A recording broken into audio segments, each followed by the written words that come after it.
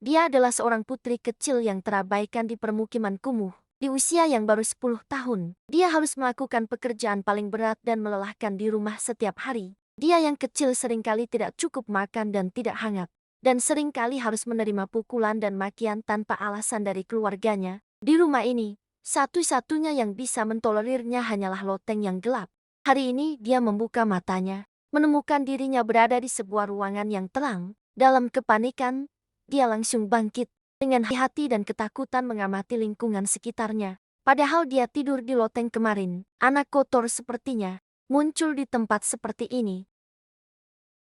Pasti akan mendapatkan pukulan yang keras. Memikirkan hal ini, dia takut menutupi kepalanya. Namun suara lembut yang terdengar di telinganya, sebuah tangan besar entah kapan telah terulur di hadapannya. Anakku sayang, tolong lihatlah ibu sebentar. Gadis itu mengangkat wajahnya, melihat seorang wanita dengan mata berkaca-kaca. Di belakangnya, ada 3 orang berambut hitam dengan mata ungu yang sedang menatapnya. Kualitas anggun mereka membuat gadis itu merasa seperti terjatuh ke dalam lubang es. Saat itu, dia benar-benar ingin kembali ke loteng yang hanya miliknya. Tetapi wanita itu sama sekali tidak memperhatikan kotoran di tubuhnya. Menggenggam erat tangan kecil gadis yang bergetar. Kami adalah keluargamu yang sebenarnya. Orang yang mencintaimu lebih dari siapapun. Pemandangan yang seperti mimpi membuat gadis itu tidak percaya. Dia berbisik pelan.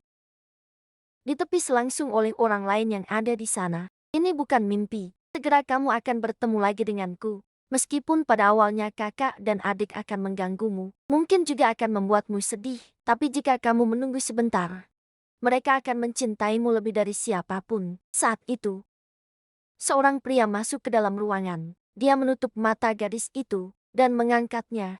Tindakan ini membuat orang lain di dalam ruangan tidak senang. Sekarang bukankah Anda harus mempersiapkan upacara pelantikan? Apa yang Anda lakukan di sini?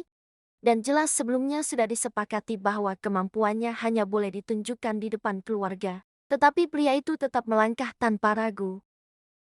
Mengambil gadis itu keluar dari ruangan. Dia memberitahu gadis itu bahwa hari ini adalah hari dia menjadi kaisar. Juga hari gadis itu menjadi permaisuri. Dengan tangan pria itu perlahan terungkap. Sebuah jalan yang ramai tampak di depan mata gadis itu. Pemandangan yang belum pernah dilihat membuat gadis itu merasa tidak nyata. Pria itu memberitahunya bahwa di masa depan dia akan menempuh jalan yang hebat. Banyak orang akan memandangnya dengan rasa hormat. Dan mereka akan saling mencintai dan bahagia. Gadis itu tidak tahu apa yang dia katakan. Rasa rendah diri yang berkepanjangan membuatnya tidak berani berharap.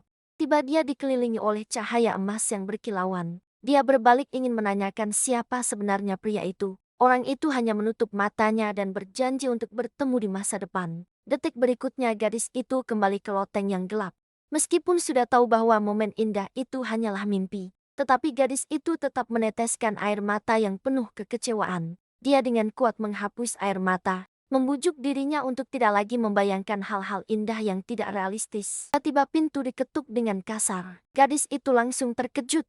Benar saja, detik berikutnya kakaknya menerobos masuk ke dalam ruangan. Dia berteriak meminta gadis itu segera mencuci pakaian hari ini. Sikap kasarnya sangat berbeda dengan keluarga dalam mimpinya. Gadis itu ketakutan hingga seluruh tubuhnya bergetar. Air mata tidak sadar menggenang di matanya. Namun ini sama sekali tidak menarik simpati dari orang lain. Satu-satunya yang bisa disyukuri adalah hari ini dia berhasil keluar dari ruangan sebelum dipukuli. Dia meletakkan pakaian di lantai dan menggosoknya dengan keras. Sekali dia menghembuskan napas ke tangan yang membeku.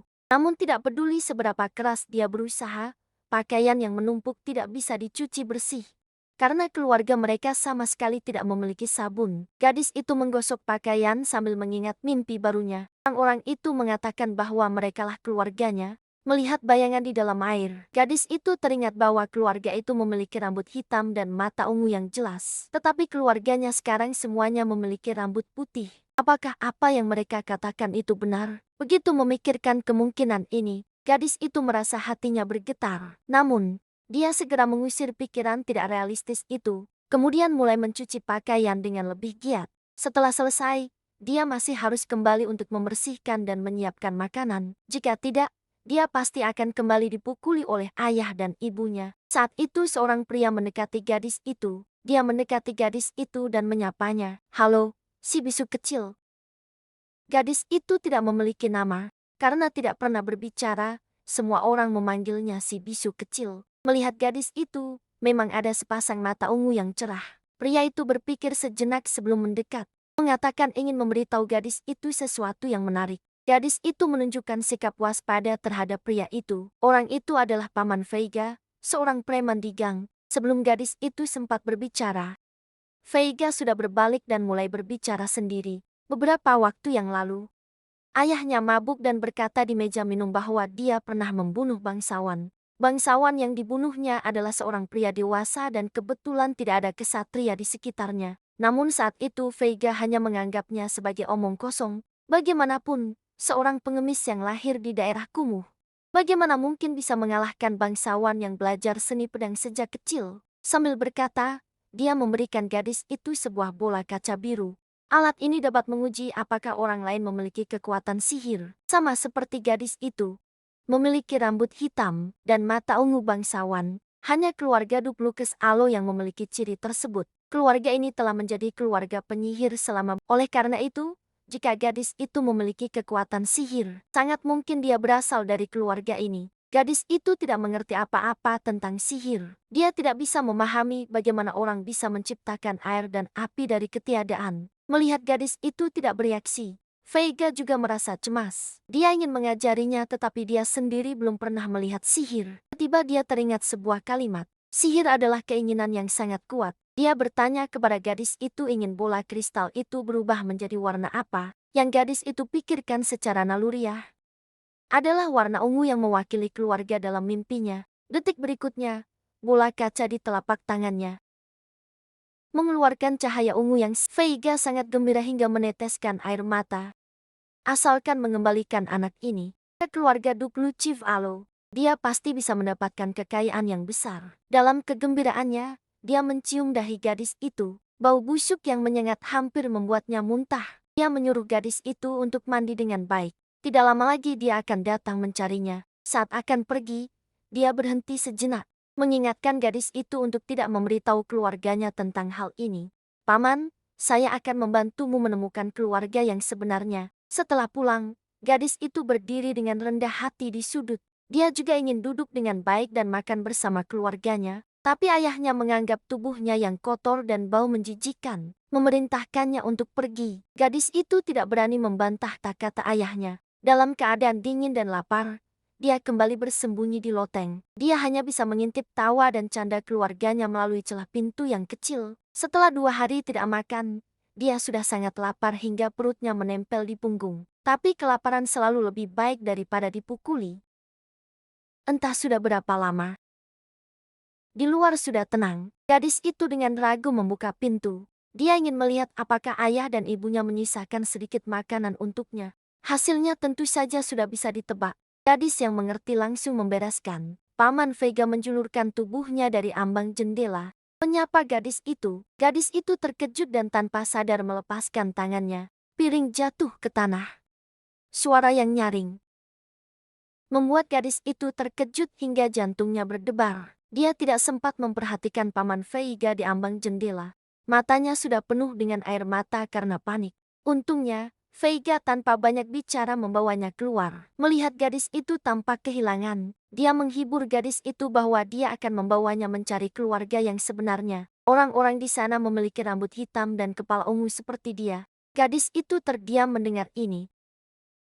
Apakah itu orang-orang dalam mimpinya? Dia menggambar 4 orang stik di tanah. Veiga mengira itu adalah gambar keluarga gadis itu sekarang.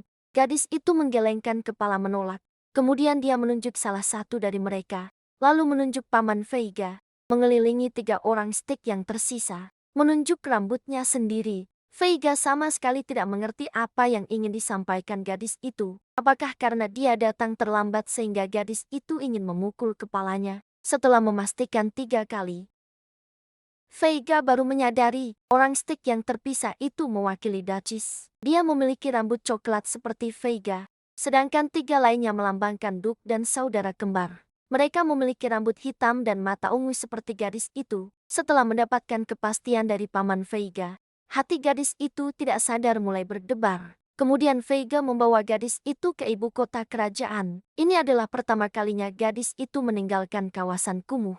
Setiap sudut dan tanaman di ibu kota terlihat berbeda di matanya. Saat itu Veiga melihat pakaian gadis itu yang kotor. Jadi dia membawa gadis itu untuk mandi. Setelah bersih, gadis itu seperti peri yang tersesat di dunia manusia. Veiga memuji gadis itu sambil menebak alasan keluarga itu tidak memandikan gadis itu. Mungkin mereka ingin menyamarkan gadis itu agar terlihat biasa dan kemudian menjualnya. Bagaimanapun juga, anak dengan sifat seperti dia bisa langsung terlihat tidak biasa. Kemudian Veiga melemparkan sebuah jaket kepada gadis itu. Dia memberitahu gadis itu bahwa sebenarnya dia tidak memberitahu geng tentang hal ini. Jika orang-orang itu tahu, pasti akan menjadi kasus penculikan. Jika mereka marah, pasti akan ada yang kehilangan kepala. Jadi dia berharap gadis itu bisa membantunya berbicara baik setelah pulang. Setelah itu, mereka berdua naik kereta menuju rumah Dukru Chief Allo. Namun, belum sampai di depan pintu, kereta itu sudah dihentikan oleh para pengawal. Kesatria yang memimpin langsung memperhatikan gadis yang tersembunyi di belakang. Dia berlari dan melepas topi gadis itu. Detik berikutnya, rambut hitam dan mata ungu yang melambangkan identitas muncul di depan semua orang. Para kesatria serentak berteriak menyambut Tuan Gladia pulang. Kemudian mereka berdua dibawa masuk ke ruang penerimaan. Veiga terlihat sangat tegang. Dia tidak menyangka Duk akan menyambutnya secara langsung. Gadis itu dengan hati-hati mengamati orang di depannya. Pria di kursi utama adalah salah satu orang yang dia lihat dalam mimpinya. Duk memperhatikan tatapan gadis itu. Ekspresi seriusnya membuat gadis itu segera menoleh dan menghindar. Meskipun orang ini terlihat sama dengan orang dalam mimpinya, namun sekarang dia terlihat lebih muda dan tatapannya lebih menakutkan. Kemudian Duk memberi isyarat kepada pelayan untuk membawa sebuah bola kristal. Veiga memberi isyarat kepada gadis itu untuk melakukan seperti yang dia lakukan sebelumnya. Jantung gadis itu berdebar kencang karena gugup.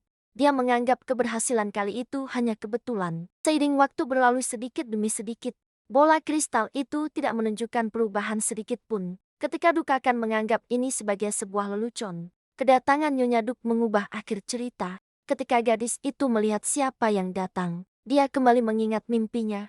Gambaran Nyonya Duk yang akrab memanggilnya anaknya. Detik berikutnya, bola di tangan gadis itu bersinar dengan cahaya ungu yang cemerlang. Duk dan Nyonya Duk semua terkejut oleh pemandangan di depan mereka. Veiga bahkan menangis bahagia dan memeluk gadis itu. Saat ini, Duk dalam hati mengakui identitas gadis itu. Bagaimanapun juga, ini adalah bola kristal yang hanya bereaksi terhadap darah Lucif.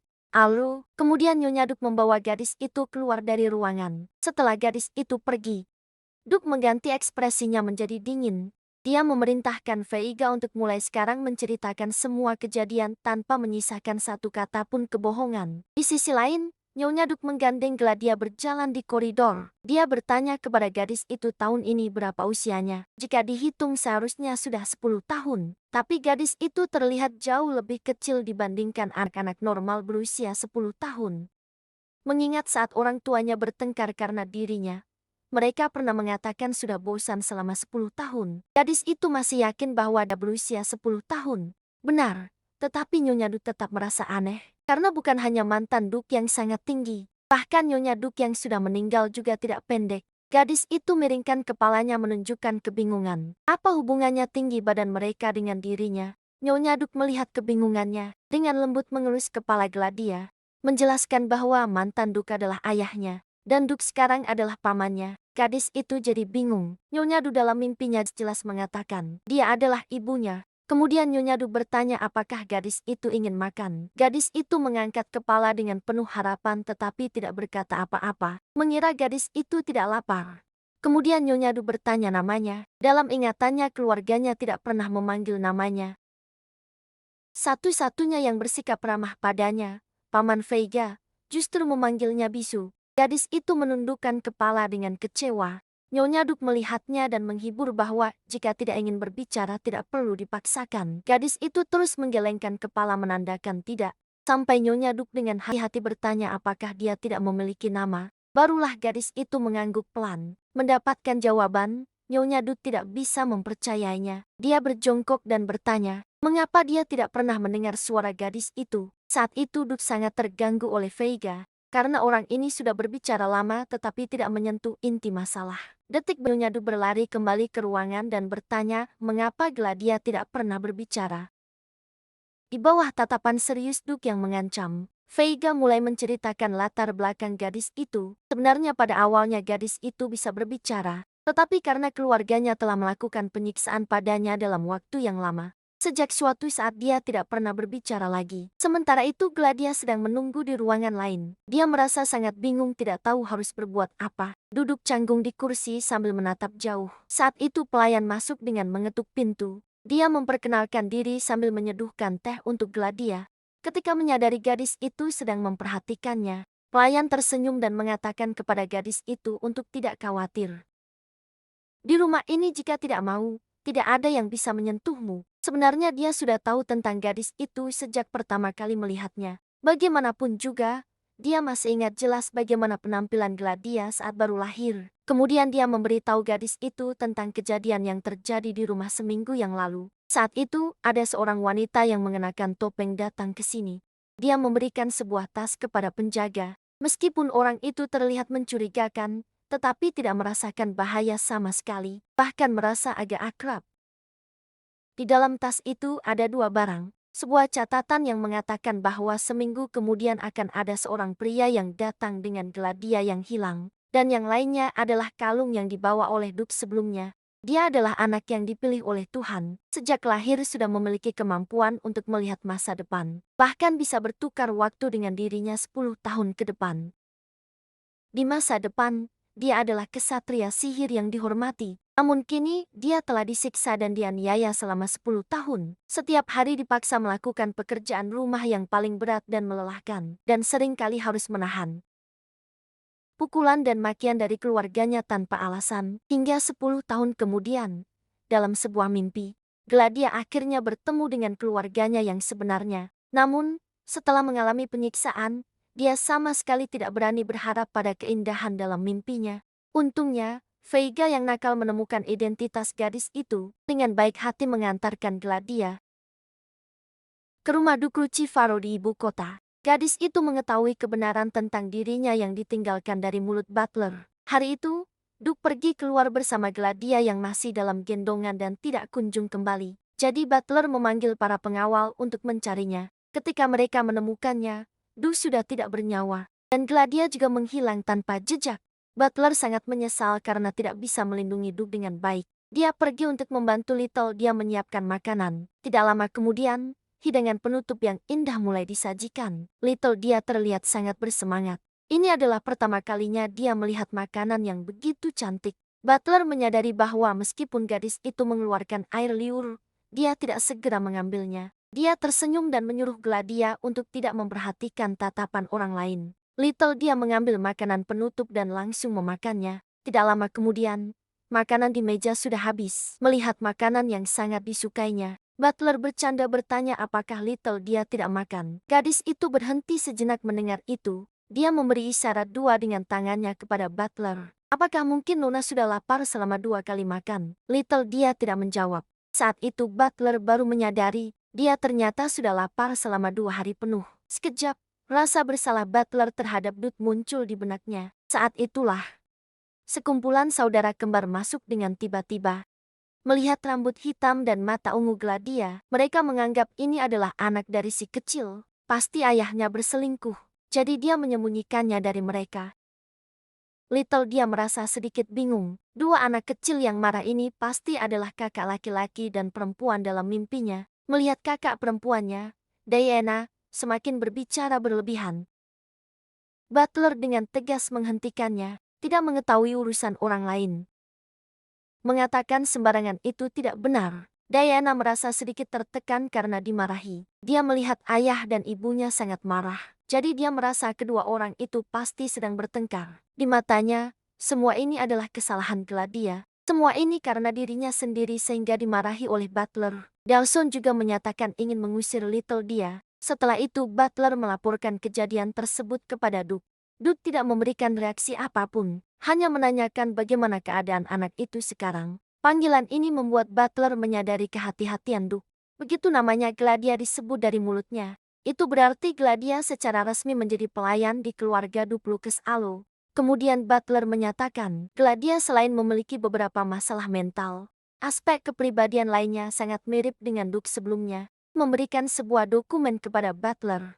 Ini adalah keluarga anak yang dia dapatkan setelah mengacak-acak permukiman kumuh baru ini. Yang didapatnya, sekarang semua dikurung di penjara bawah tanah. Tulisan yang mencolok membuat Butler menggigit gigi. Jika semua yang tertulis dalam laporan adalah fakta, maka keadaan Gladia masih tergolong beruntung. Hanya tidak mau berbicara dan sedikit pemalu. Jika orang lain mungkin seumur hidup tidak berani menatap orang lain. Setelah itu Butler mengundurkan diri dari jabatannya. Selama waktu ini, dia lebih ingin tinggal di samping Gladia untuk merawatnya. Esokan harinya Little dia bangun di tempat tidur yang empuk. Segala sesuatu di depannya begitu indah sehingga dia tidak percaya. Selain insiden kecil yang terjadi kemarin, sepertinya dia dibenci namun dalam mimpinya, kakaknya pernah mengatakan bahwa dia akan menyayanginya di masa depan. Little dia percaya dia bisa menunggu hari itu, karena di masa lalu dia juga selalu menunggu perubahan hati keluarganya. Dia membuka mulutnya ingin mencoba memanggil ketika Butler masuk,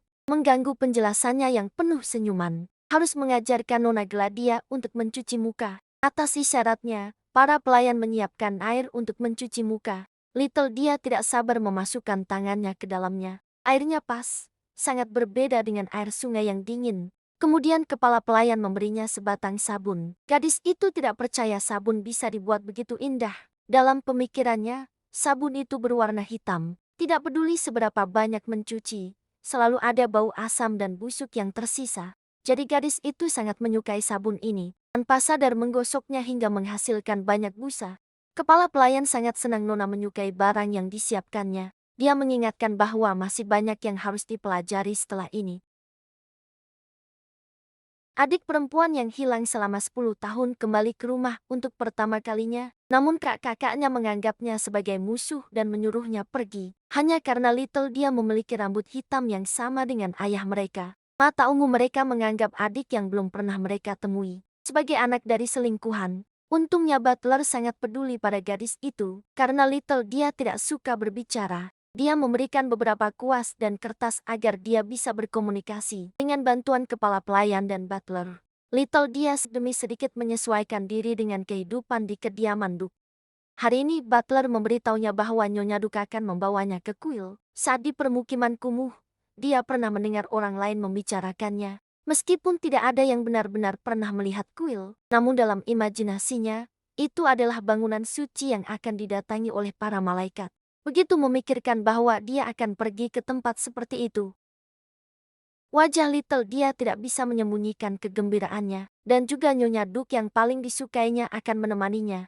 Little dia yang ceria, menggambar potret Nyonya Duke di atas kertas. Namun di sisi lain, ekspresi Nyonya Duke tidak terlihat baik. Dia mendengar dari dokter, Little dia mengalami malnutrisi yang parah. Namun dibandingkan dengan masalah fisik, dokter menyatakan bahwa masalah yang lebih serius bagi Little dia adalah masalah psikologis. Karena pengalaman masa lalu yang disiksa, di dalam hati Little dia sangat kekurangan rasa aman. Jika Little dia merasa akan kehilangan kebahagiaan yang dimilikinya sekarang, maka dia mungkin akan mengalami keruntuhan mental dalam sekejap.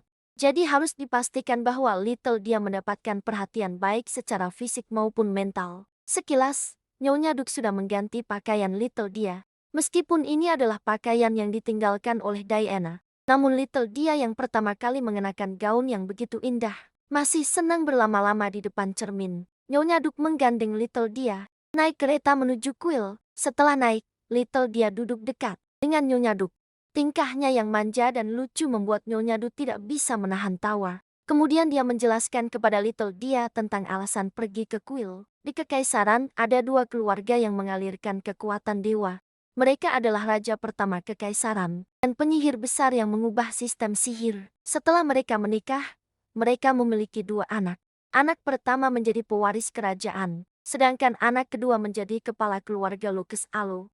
Nyonya Duke mengelus kepala Little dia, menghibur bahwa sebenarnya orang yang memiliki kekuatan dewa telah melalui beberapa generasi tanpa muncul. Kali ini juga hanya untuk menguji sesuai kebiasaan. Setelah konfirmasi, itu berarti Little dia benar-benar menjadi anggota keluarga Lucif Alo. Little dia merasa sedikit tidak nyata akan menjadi bangsawan. Padahal beberapa waktu lalu dia bahkan tidak berani menatap bangsawan. Tiba dua sosok melompat dari sisi kursi yang lain. Diana dan Dalson tidak mengakui anak dari istri ketiga bisa menjadi Luciv Alo. Nyonya Dut yang putus asa menjelaskan identitas Little dia kepada mereka. Dia adalah anak dari paman kalian. Dengan kata lain, dia adalah sepupu kalian. Setelah tiba di kuil, sopir membawa mereka untuk bertemu dengan Uskup Agung. Dia sudah menyiapkan teh lebih awal menunggu kedatangan pelayan Glatia. Saat melihat Little dia, Uskup Agung langsung tahu bahwa dia adalah orang dari keluarga Lucas Alo.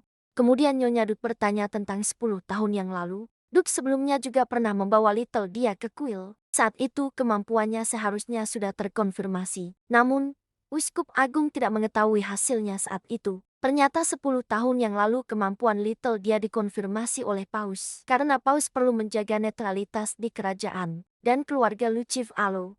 Jadi kali ini dia tidak datang secara langsung. Kemudian Uskup Agung meminta Little dia meletakkan di telapak tangannya sambil mulai mengucapkan berkat Tuhan. Detik berikutnya, tangan Little dia tiba-tiba memancarkan cahaya emas yang menyilaukan. Uskup Agung dan Nyonya Dut terkejut. Ini tidak diragukan lagi menunjukkan bahwa Little dia telah menerima kuasa Tuhan. Sebelumnya, resonansi antara saudara kembar dan kemenangan sangat lemah. Namun, Little dia seluruhnya dibungkus oleh kemenangan. Dalam perjalanan pulang, Nyonya Dut tampak sangat khawatir. Jika kerajaan mengetahui berita ini, pasti akan mengendalikan keluarga Lucas Alo. Melihat Little dia tiba-tiba memiliki sebuah pemikiran. Apakah kematian Duk sebelumnya berkaitan dengan Little dia sebagai pemilik kuasa Tuhan? Saat itu, kaca kereta tiba meledak. Sebuah belati tajam menembus kaca dan menusuk kereta. Setelah diserang, para pengawal segera mengangkat senjata siaga.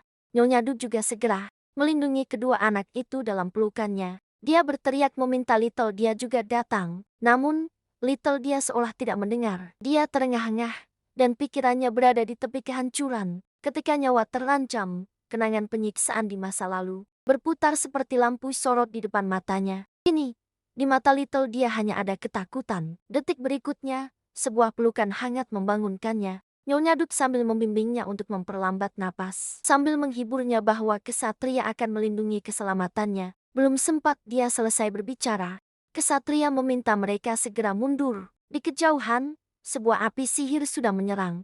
Hanya dalam sekejap, kereta itu terbakar menjadi abu. Seorang pelayan kecil yang diambil dari daerah kumuh, namun memiliki kuasa Tuhan yang paling kuat di dunia, dapat bertukar waktu dengan dirinya 10 tahun ke depan. Dan kemampuan menakutkan ini tidak diragukan lagi ditakuti oleh kerajaan. Bahkan mengirim pembunuh untuk menghapus jejak beberapa orang. Dalam perjalanan pulang dari kuil, Little dia terus menunjukkan wajah murung. Padahal Nyonya Du dalam mimpinya mengatakan bahwa dia adalah ibunya, akan selalu mencintainya dan melindunginya. Namun kini Nyonya Duk mengakui sendiri bahwa dia bukan putrinya. Begitu memikirkan harus kembali menjadi kesepian, Little dia menangis ketakutan. Namun, di detik berikutnya beberapa orang diserang oleh pembunuh. Sebuah api sihir tepat mengenai kereta.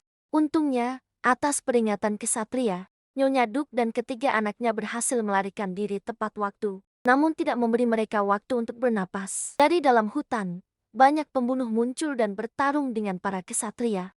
Melihat situasi yang tidak menguntungkan, Nyonya Duk menyuruh si kembar untuk segera membawa Little dia melarikan diri. Meskipun dia tidak bisa menggunakan sihir, dia juga ingin melindungi beberapa anak dengan tubuhnya. Saat itu, sebuah sihir lain menyerang dari kejauhan, disertai dengan ledakan yang hebat. Baik kesatria maupun pembunuh tergeletak di tanah.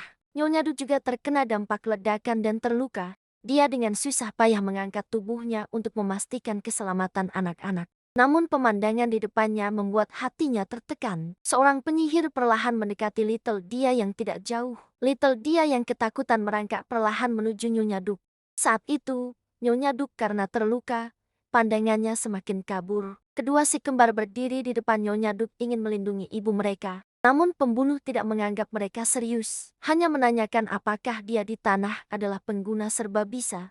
Mendengar kata-kata ini, Nyonya Duk berteriak dengan segenap tenaga. Sepertinya menyadari bahwa Nyonya Duk sedikit mengganggu. Pembunuh bersiap untuk mengatasi ketiga orang yang tidak penting ini terlebih dahulu. Sebuah pedang kristal sihir berwarna hijau dalam sekejap berkumpul di tangan pembunuh. Kedua si kembar juga mulai mengumpulkan sihir untuk membentuk perisai. Little Dia saat itu sudah menangis terisak-isak. Di telinganya terdengar permohonan lemah dari Nyonya Duk. Tidak apa-apa, Gladia cepat lari. Di detik berikutnya, cahaya emas memancar dari tubuh Little Dia.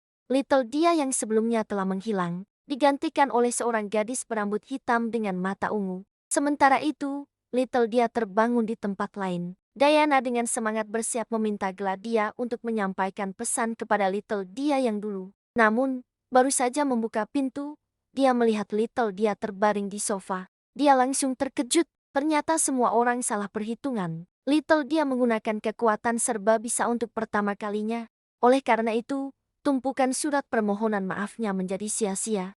Kemudian dia dengan serius memberitahu Little Dia, sekarang dia telah bertukar waktu dengan dirinya di masa depan. Segala sesuatu yang dilihat di masa depan tidak boleh diungkapkan. Jika tidak, akan mengubah hukum sebab akibat di dalamnya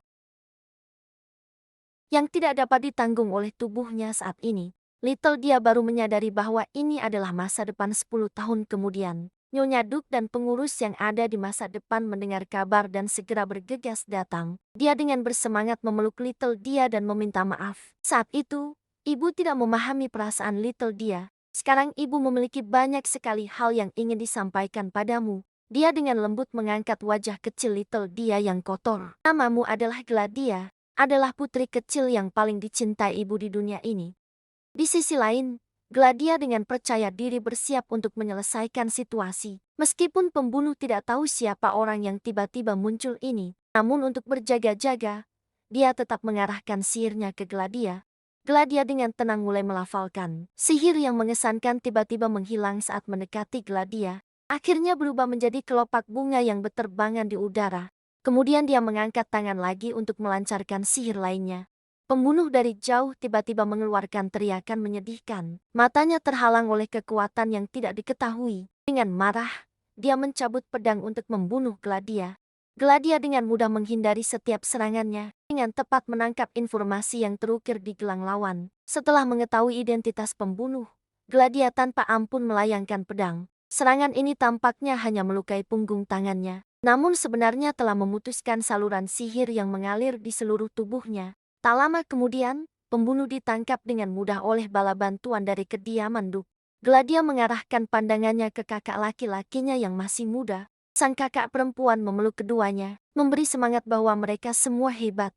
Jelas sangat takut tetapi tetap berusaha sekuat tenaga melindungi ibu. Saat itu, Nyonya Duk sudah menebak identitas gadis itu. Dia mencoba memanggil nama Gladia dengan Gladia mendengar dan dengan emosional memeluk Nyonya Duk dan tidak bisa menahan diri. Air mata mengalir tak terkontrol di matanya. Setelah berbicara dengan Nyonya Duk tentang luka, Gladia menjelaskan bahwa dia dipanggil oleh dirinya 10 tahun yang lalu. Dia juga meminta Nyonya Duk untuk tidak khawatir. Segala sesuatu di masa depan akan dia selesaikan dengan baik. Untuk menyelamatkan orang, gadis itu pertama kali menunjukkan kekuatan sebenarnya di depan keluarganya. Diiringi dengan cahaya emas yang menyilaukan, Little Dia bertukar waktu dengan dirinya 10 tahun yang akan datang. Hanya dengan satu kalimat, sihir yang dilancarkan oleh pembunuh langsung dihancurkan. Kemudian dia sedikit mengangkat tangan. Pembunuh dari jauh mengeluarkan teriakan menyedihkan. Nyonya Duk yang hadir tampak tidak percaya. Tanpa ada aliran sihir namun bisa menggunakan sihir. Kekuatan yang kuat ini hanya bisa dilakukan oleh kekuatan ilahi yang legendaris. Di sisi lain, Duk mengadakan rapat setelah mendengar berita tentang pembunuh. Jika pihak lawan bisa menyusun penyergapan sebelum kembali ke kota, ini menunjukkan bahwa setidaknya beberapa hari yang lalu, mereka sudah mengetahui bahwa Little Dia adalah pemilik kekuatan ilahi. Duk memikirkan jawaban yang lebih buruk dan lebih mungkin. 10 tahun yang lalu kakak membawa Little Dia yang baru lahir ke kuil. Pada saat itu, Paus sudah mengetahui kemampuan Little Dia, dan hanya kalangan kerajaan yang sangat menginginkan kekuatan dapat berkolusi dengan Paus untuk mendapatkan informasi ini. Sayangnya, Duk saat ini tidak memiliki bukti. Tidak ada informasi yang didapat dari mulut pembunuh. Duk menggigit gigi karena marah. Tingkat keras kepala ini sama seperti ayah Little Dia di permukiman kumuh dulu. Dulu orang itu tidak memiliki keberanian untuk membunuh Little Dia yang memiliki kekuatan ilahi. Selama 10 tahun ini, dia terus-menerus menyiksanya. Duk tiba-tiba sangat khawatir tentang pertumbuhan Little Dia. Di masa depan, dia bahkan bisa dengan tegas memotong lengan musuh. Ini jelas menunjukkan bahwa dia telah mengalami banyak kejadian serupa. Saat ini, pelayan sedang memberikan pelajaran kepada Tia. Tiba-tiba dia menyatakan bahwa dia akan membahas beberapa hal yang sangat penting tentang hubungan antara keluarga Lucas Alo dan kerajaan. Ayah Tia sebagai keturunan penyihir besar, memiliki bakat sihir yang luar biasa. Di usia muda sudah menjadi pemimpin kesatria sihir kerajaan. Sementara itu, Du di masa lalu adalah seorang pengangguran. Dia tidak bisa berpolitik maupun berbisnis. Mimpinya adalah hidup santai bersama istri dan anak-anaknya. Hidup dengan tenang dan nyaman. Karena Lucif Alo tidak hanya memiliki darah yang sama dengan kerajaan, tetapi juga memiliki kekuatan ilahi. Oleh karena itu, Lucif Alo tidak boleh memegang kekuasaan, agar kerajaan benar-benar merasa aman. Lucas Alo juga harus mendukung kerajaan tanpa syarat. Namun jika ada perbedaan pendapat di antara anggota kerajaan, maka kehendak raja harus diutamakan. Anggota kerajaan lainnya bisa diabaikan oleh Lucas Alo. Oleh karena itu, Duk selama ini tidak terlibat dalam perjuangan hak waris. Saat itu, kepala pelayan memotong pembicaraan mereka. Berita mendadak itu membuat hati pelayan bergetar. Raja ternyata memerintahkan semua keturunan langsung Alo untuk masuk istana. Sebelum itu, Duk terlebih dahulu berbicara dengan Little Dia. Di mulut Little Dia mengetahui, dia tidak bisa menceritakan tentang masa depan, dan tidak tahu apa harga yang harus dibayar. Selama ini, pengguna kekuatan all-rounder harus membayar harga yang besar. Beberapa akan kehilangan suara, beberapa akan kehilangan lengan. Little Dia terkejut setelah mendengar itu. Duke melanjutkan menjelaskan bahwa untuk membayar harga ini, biasanya adalah untuk menyelamatkan orang atau menghentikan waktu. Dibandingkan dengan imbalan, harga ini seringkali dapat diterima. Little Dia memahami maksud Duke. Jika itu untuk menyelamatkan Nyonya Duke dengan menggunakan kemampuannya, sebuah lengan saja tidak begitu penting. Kemudian Duke meminta Little Dia untuk bersiap-siap menemui Yang Mulia. Dia percaya bahwa selama kemampuan all-rounder dijelaskan dengan jelas, mungkin tidak akan ada bahaya. Sekilas, Little Dia sudah siap dengan bantuan pelayan. Jubah dan topi yang lucu membuat Little Dia terlihat seperti boneka. Nyonya Du tidak bisa menahan pujian setelah melihatnya. Little Dia lompat mendekat dan bertanya, apakah dia mirip dengan kakak? Karena rambut dan mata kakak sama seperti dia, jadi Little Dia juga ingin secantik kakak. Kata-kata polos itu membuat Nyonya Du merasa kasihan. Namun, Diana melihat ibunya menggandeng Little Dia keluar. Dia malah sekali lagi mengucapkan kata-kata benci terhadap Little Dia. Jangan berpikir bahwa tiba-tiba muncul akan mendapatkan cinta dari semua orang di rumah. Nyonya Duke dengan tegas menghentikan Diana, memperingatkannya agar tidak lagi mengatakan hal seperti itu kepada Little Dia. Setelah naik kereta, Duke memberitahu Little Dia, mungkin Kaisar ingin melihat kemampuanmu. Saat itu, apakah kamu bisa menggunakannya sesuka hati? Setelah mendapatkan jawaban yang pasti, Duke dengan lembut mengelus kepala Little Dia. Tak lama kemudian, mereka semua masuk ke istana. Benar saja, hal pertama yang dilakukan Kaisar adalah mengonfirmasi kemampuan Little Dia. Little Dia dengan ragu melangkah maju, melihat Kaisar yang duduk di posisi tinggi dengan aura yang menakutkan. Little Dia ketakutan dan bergetar, tidak berani berbicara. Akhirnya, karena terlalu tegang, dia malah bersendawa di depan umum, membuat Kaisar tertawa terbahak-bahak.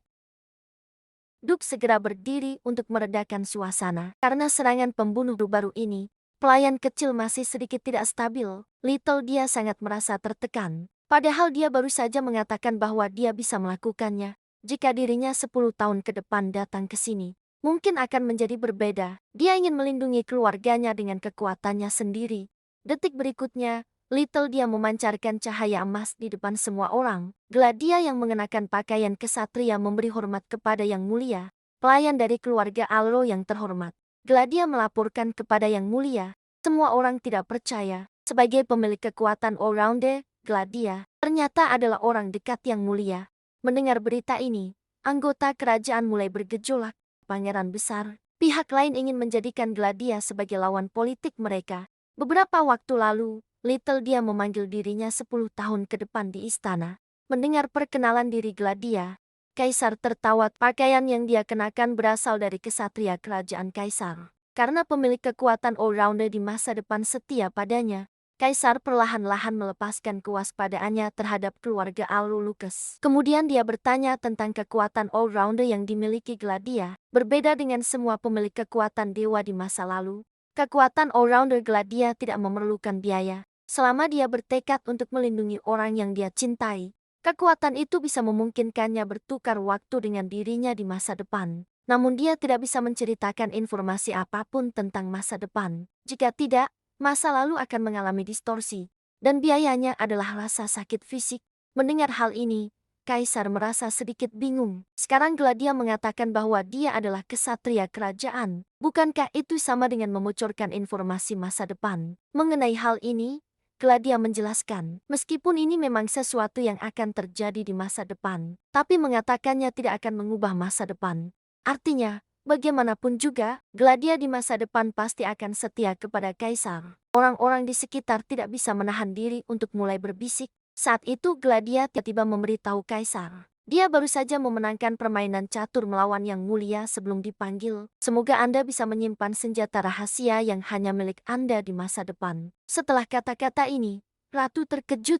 Wajah Permaisuri Rasa juga langsung menjadi suram. Di sisi lain, dia tiba di masa depan. Pemandangan di depannya membuatnya hampir kehilangan akal. Kaisar ternyata dengan ramah bertanya apakah dia ingin belajar bermain catur dengannya. Di dalam hati Kaisar, yang terpenting dalam bermain catur adalah sopan santun. Namun, membuat seseorang yang berada di puncak kekaisaran merasakan berbagai intrik dan persaingan untuk menghargai sopan santun terasa agak konyol. Oleh karena itu, Kaisar biasanya hanya bermain catur dengan orang-orang yang dia hormati. Namun, dia adalah pengecualian. Dia adalah satu-satunya orang yang membuat Kaisar merasa harus berterima kasih. Little dia tahu bahwa Kaisar berbicara tentang dirinya 10 tahun ke depan. Kemudian Kaisar memberinya sebuah bidak catur. Bidak ini disebut Ratu.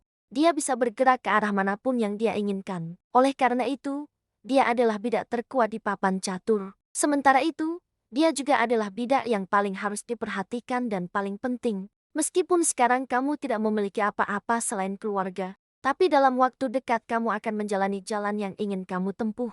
Sementara itu, Nyonya Dut juga menyadari, Little dia memiliki hubungan yang dekat dengan Kaisar. Jika hanya seorang subjek biasa, tidak mungkin bisa bermain catur dengan Kaisar. Kaisar dengan senang hati menyatakan bahwa dia ingin berbicara secara pribadi dengan Gladia lain kali. Setelah rapat, Gladia mendekati Duk. Dia ingin memanfaatkan kekuatan keluarga Aurulucus. Mendengar Gladia memanggilnya ayah, Duk menunjukkan ekspresi ramah, mengingat kakak yang dulu sering mendorong dan mendukung dirinya yang merasa kehilangan. Duk juga mendukung keputusan Gladia tanpa syarat. Karena sekarang kakak sudah tiada, maka dia akan menjadi keluarga Gladia. Segera Ratu Lasa memanggil putranya, Xian. Dia memerintahkan Pangeran Besar Xian untuk mencari cara menjadi pasangan dari Yang Maha Kuasa. Xian menolak tawaran ibunya, bukan hanya karena dia dan Gladia terpaut usia 15 tahun, dan sesuai aturan, Lucas Allo tidak boleh menikah dengan keluarga kerajaan. Namun Ratu Lasa sama sekali tidak peduli, mengatakan bahwa selama pihak lain bersedia menjadi selir, maka tidak ada masalah. Lagi pula di masa lalu juga ada kasus serupa. Kemudian Lasa dengan lembut mengangkat dagu Xian, mengingatkan untuk tidak melewatkan apapun yang bisa menjadi kekuatanmu, dan jangan lagi membuat ibu merasa kecewa. Segera Ratu mengetahui berita bahwa Permaisuri Lasa ingin mendekati Gladia. Dia tahu Permaisuri Lasa adalah wanita yang akan melakukan apapun untuk mencapai tujuannya, tanpa mempedulikan cara. Dalam kebingungan, dia menyalahkan pangeran kedua. Semua karena dia tidak memiliki sepasang mata emas yang melambangkan status kerajaan, yang membuatnya terus-menerus berada di bawah tekanan Permaisuri Lasa. Pada saat itu putri ketiga, Elin, mengajukan sebuah rencana. Dibandingkan dengan anak laki-laki yang menyebalkan, Ratu lebih menyukai putri ini. Elin menyatakan, selama bisa mendahului Gladia dan membentuk oposisi dengan Permaisuri Lasa, maka masalah teratasi. Permaisuri Mesa yang memiliki status sama dengan Permaisuri Lasa juga memiliki seorang pangeran. Meskipun pihak lawan tidak tertarik pada kekuasaan, tapi selama bisa menjodohkan putranya dengan Gladia, pada saat itu, Permaisuri Lasa pasti harus berjuang melawannya. Ratu juga merasa ini adalah cara yang baik. Namun, keunggulan putrinya justru membuatnya semakin benci pada pangeran kedua. bahkan mengancam akan mengusirnya dari rumah jika dia terus tidak berguna. Hanya karena gadis itu memiliki kekuatan ilahi yang unik di dunia. Dia justru menghadapi kebencian dan balas dendam dari kakaknya secara beruntun. Karena Aileen sangat serius belajar dalam beberapa hari ini, Duchess kemudian mengusulkan agar seluruh keluarga pergi berlibur untuk bersantai, namun dalam sekejap Aileen menghilang di bawah pengawasan pelayan Tasha.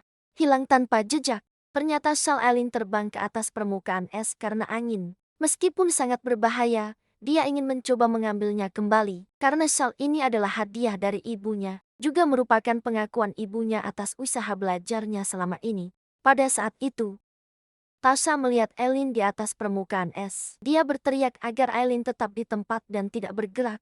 Saat itu Aileen hanya berjarak 2 langkah dari shalnya. Ketika dia hampir mengambilnya, sebuah angin kencang tiba-tiba bertiup. Diana yang kehilangan keseimbangan langsung jatuh ke dalam danau. Pelayan dan kesatria di tepi danau terkejut. Sementara itu, Diana di dalam danau langsung pingsan. Ketika dia terbangun lagi, dia mendengar pertengkaran antara ibunya dan kesatria. Kesatria memberitahu Duchess, orang normal tidak mungkin diam dalam situasi terjatuh ke air. Setiap orang memiliki naluri untuk bertahan hidup. Namun, pelayan kecil saat itu sama sekali tidak melawan. Dia mengingatkan Duchess, meskipun pelayan kecil dan keluarganya sangat dekat, di masa depan belum tentu bisa membangkitkan keinginannya untuk hidup. Duchess merasa sulit menerima hal ini. Namun, kesatria memberitahunya kebenaran yang lebih kejam. Saat itu, pelayan kecil jatuh ke dalam danau karena sihir angin dari Nona Diana. Berita yang datang bertubi-tubi membuat Duchess terjatuh di kursinya. Saat itu, Tasha berlari masuk dengan dia menggenggam tangan Duchess untuk membelah kecil dia. Sabun yang biasanya disayangi Nona tiba-tiba menghilang. Saat dia juga sering jatuh tanpa alasan, meskipun dia tidak bisa merasakan aliran sihir. Tapi Nona jelas tahu namun tetap memilih untuk diam dan menanggungnya. Duchess merasa tubuhnya goyang hal ini. Mendengar suara cemas orang-orang di dalam ruangan kecil dia di atas tempat tidur terjebak dalam rasa bersalah yang dalam. Semua ini terjadi karena dirinya. Detik berikutnya, kecil dia terbangun di ruangan lain. Begitu membuka mata, dia melihat kakaknya 10 tahun ke depan duduk di depan tempat tidur. Diana dengan penuh kasih sayang mengelus pipi kecil dia dan meminta maaf. Saat kecil, dia melakukan banyak kesalahan. Meskipun dirimu di masa depan memaafkanku, tapi dia bukanlah orang yang terlibat pada saat itu. Jadi bisa bertemu dengan dia dalam keadaan ini. Dia benar-benar merasa sangat bahagia. Sambil berbicara, air mata mengalir di mata Diana. Dia dengan lembut membantu kakaknya menghapusnya. Namun semakin baik dia berperilaku, semakin besar rasa bersalah yang dirasakan Diana. Dia menjelaskan bahwa saat diserang oleh pembunuh, dia pertama kali melihat seseorang mati. Dia sangat takut ibunya dan keluarganya juga akan dibunuh. Jadi dia mengalihkan semua tanggung jawab kepada kecil dia. Setelah itu, dia selalu menyesali hal ini. Dia merasa kesal mengapa tidak segera memahami luka yang dialami kecil dia. Mengapa saat adiknya membutuhkan dirinya, dia justru menambah kesulitan. Mengapa dia tidak lebih menyayangi adiknya? Mendengar kecil, dia memaafkannya. Diana memeluk adiknya erat dan tidak bisa menahan diri. Dia bersumpah akan menjadi orang yang paling mencintai adiknya di dunia. Sementara itu, cahaya emas yang menyilaukan membangunkan Diana. Melihat itu adalah Glatia di masa depan. Yang menyapanya, Diana terkejut dan mengeluarkan busa dari mulutnya. Tanpa menunggu persetujuan Diana, Glatia duduk di tempat tidur Diana. Diana tidak senang dan meminta Glatia kembali 10 tahun ke belakang untuk tidak mengakui dirinya sebagai kakak Glatia dan juga tidak menyukai adik perempuan yang tiba-tiba muncul ini. Tapi Glatia justru mengatakan bahwa dia menyukai kakaknya karena kakak di hatinya adalah orang yang sangat berani. Meskipun sekarang membenciku tidak masalah, jangan merasa menyesal di masa depan. Jika aku merindukan kakak, aku akan sesekali menemuimu. Sebelum pergi, dia menyatakan bahwa dia meninggalkan hadiah. Diana merasa agak bingung, namun di saat berikutnya, ruangan yang gelap itu diterangi oleh cahaya emas. Diana yang sebelumnya keras kepala mulai melunak. Di sisi lain, Nyonya Duke mengadu kepada Duke tentang apa yang terjadi di antara anak-anak. Dia awalnya juga tidak percaya bahwa Diana akan menggunakan sihir untuk mengganggu orang lain. Tapi baru saja Diana tidak hanya menceritakan bagaimana dia mengganggu kecil dia, tapi juga membujuk Dalson untuk ikut bergabung. Tiba-tiba, suara mama memotong percakapan mereka. Galatia berlari ke pelukan Nyonya Duk dan menggosokkan dirinya. Nyonya Duk memberitahu Galatia, jika Diana masih membencimu di masa depan, semoga kamu bisa mengatakannya tanpa ragu. Galatia mengatakan kepada ibunya untuk tidak khawatir, karena kakak pernah mengatakan bahwa dia adalah orang yang paling mencintainya di dunia ini. Kakak hanya takut ibunya akan mati karena dirinya. Itulah sebabnya dia melakukan semua ini. Nyonya Duk menahan air mata. Meskipun begitu, Diana tidak seharusnya membenci kecil dia. Apakah kamu tidak merasa takut saat itu? Galatia menjelaskan bahwa itu tidak ada apa-apanya. Di daerah kumuh, setiap hari ada berbagai orang yang mati kelaparan atau sakit. Dan kakak sekarang masih kecil. Ibu seharusnya segera menghibur dia. Setelah mengatakan semua ini, Galatia juga akan kembali ke masa depan. Setelah Duk dan Nyonya Duk, kecil dia muncul di depan mereka berdua. Dia juga percaya bahwa kakak tidak akan selalu membencinya. Kemudian Nyonya Duk dengan hati-hati membuka pintu kamar Diana. Saat itu, Diana terbenam dalam sihir Galatia. Tiba-tiba kedatangan ibunya membuatnya terkejut. Nyonya Duk mengelus pipi Diana, bertanya apakah dia ingin tidur bersama, agar malam ini tidak merasa takut. Diana mengangguk. Kemudian Nyonya Duk mendengarkan pikiran Diana. Pelayan kecil menggunakan sihir untuk pertama kalinya. Hanya membakar halaman yang telah dibudidayakan oleh nenek moyang selama bertahun-tahun. Tidak disangka hampir melibatkan seluruh keluarga. Baru ini karena masalah kecil Tia yang dibuli. Bendahara membela keadilan sambil juga menyadari bahwa kecil Tia harus segera belajar sihir. Namun Nona Tasha tampak sangat khawatir. Bagaimanapun juga, bendahara dan dia sama. Semua adalah orang biasa yang tidak bisa menggunakan sihir. Mengenai hal ini, bendahara menyatakan, dia melakukan ini semua agar nona pelayan tidak lagi terluka. Lagi pula dia percaya meskipun kecil Tia belajar sihir, dia juga tidak akan sembarangan menggunakan sihir untuk menyakiti orang lain. Mengingat tidak ada izin dari kerajaan, seperti suaminya Alu yang tidak bisa belajar sihir. Bendahara berjanji tidak akan melakukan hal-hal yang melanggar hukum. Tapi mengenai pengetahuan dasar sihir, dia perlu memberikan penjelasan kepada nona pelayan. Kalau kecil Tia berbakat dan tidak sengaja belajar, itu tidak bisa dihindari. Kasha terkejut dan ketakutan. Ini sama saja dengan mengajarinya sihir. Segera bendahara mulai menjelaskan dengan bersemangat. 3 bentuk sihir, tapi tidak peduli bentuk manapun. Semua berdasarkan pada memiliki kekuatan sihir. Kecil dia mengajukan pertanyaan, mengapa Tasha tidak memiliki sihir, tapi bisa menggunakan lampu minyak sihir? Bendahara terharu oleh kecerdasan kecil dia hingga meneteskan air mata. Dia menjelaskan ini karena pembuatnya telah menanamkan kekuatan alam ke dalam lampu minyak sebelumnya. Jadi meskipun tidak memiliki kekuatan, bisa menggunakan alat sihir. Melihat kecil dia sangat paham. Bendahara bersiap membawanya untuk latihan praktis. Segera beberapa orang tiba di halaman. Sebelum memulai, bendahara khusus mengingatkan kecil dia karena takut serangga. Tidak sengaja menggunakan sihir. Kecil Tia dengan jujur mengatakan bahwa dia tidak takut. Jadi bendahara mengganti pernyataan, yaitu nona pelayan Tasha yang takut serangga. Nona pelayan untuk melindungi pelayan pribadinya, ternyata belajar sihir tanpa guru. Melihat bendahara terlalu terlibat, kecil Tia dan Tasha sedikit bingung. Kemudian kecil Tia di bawah arahan bendahara, mulai merasakan aliran kekuatan sihir. Tidak lama kemudian, dia melihat kekuatan sihir tersebar di sekelilingnya. Bendahara mengingatkan setelah itu adalah membayangkan bagaimana menggunakannya. Kecil dia menutup mata. Dia secara naluriah memikirkan bola api yang membakar segalanya hingga habis. Saat itu, dia dan ibunya mempersiapkan adegan yang teringat jelas. Sekilas, di depan kecil dia sudah terkumpul api yang berkobar. Bendahara dan Tasha sangat terkejut. Detik berikutnya, api meluap keluar. Hanya dalam sekejap, halaman sudah terbakar lebih dari setengahnya. Duk yang mengetahui halaman keluarga yang bersejarah hancur terlihat sangat muram. Dia tidak percaya bendahara yang jujur bisa melakukan hal seperti ini. Sekarang, berita tentang Lucif Aloga yang terbakar sampai ke telinga kerajaan hanya masalah waktu. Jika karena ini dia tertangkap basah, akan menjadi masalah. Maka Duk mengumumkan di depan umum, kecil dia adalah bakat yang langka. Jika orang lain bertanya bagaimana dia melakukannya, cukup katakan bahwa kecil dia secara tidak sengaja menggunakan sihir. Jangan sekali-kali mengatakan bahwa ada yang mengajarinya. Sambil berkata, Duk meminta kecil dia untuk ikut masuk ke istana. Daripada ditangkap orang, lebih baik menyerahkan diri terlebih dahulu.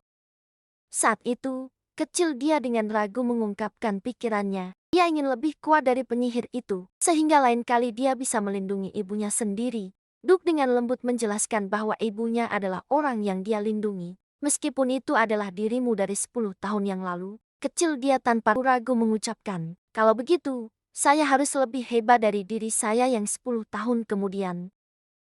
Melihat tatapan kecil dia yang tegas, Duke tersenyum puas. Dia memberitahu kecil dia bahwa melindungi semua orang adalah tanggung jawabnya sebagai kepala keluarga. Di masa depan, kecil dia hanya perlu mencari cara untuk lebih hebat dari dirinya yang 10 tahun kemudian. Tak lama kemudian, Duke membawa kecil dia ke istana. Duke sedang bersiap untuk menjelaskan kepada kecil dia. Namun, Kaisar menghentikannya. Dia ingin mendengar kecil dia sendiri yang berbicara. Segera, kecil dia dengan polos menyatakan, dia tidak menyangka sihir bisa semudah itu. Setelah itu, dia menoleh ke Duke ingin tahu apakah apa yang dia katakan benar. Hasilnya, Duke terkejut dengan kata-kata kecil dia hingga berkeringat.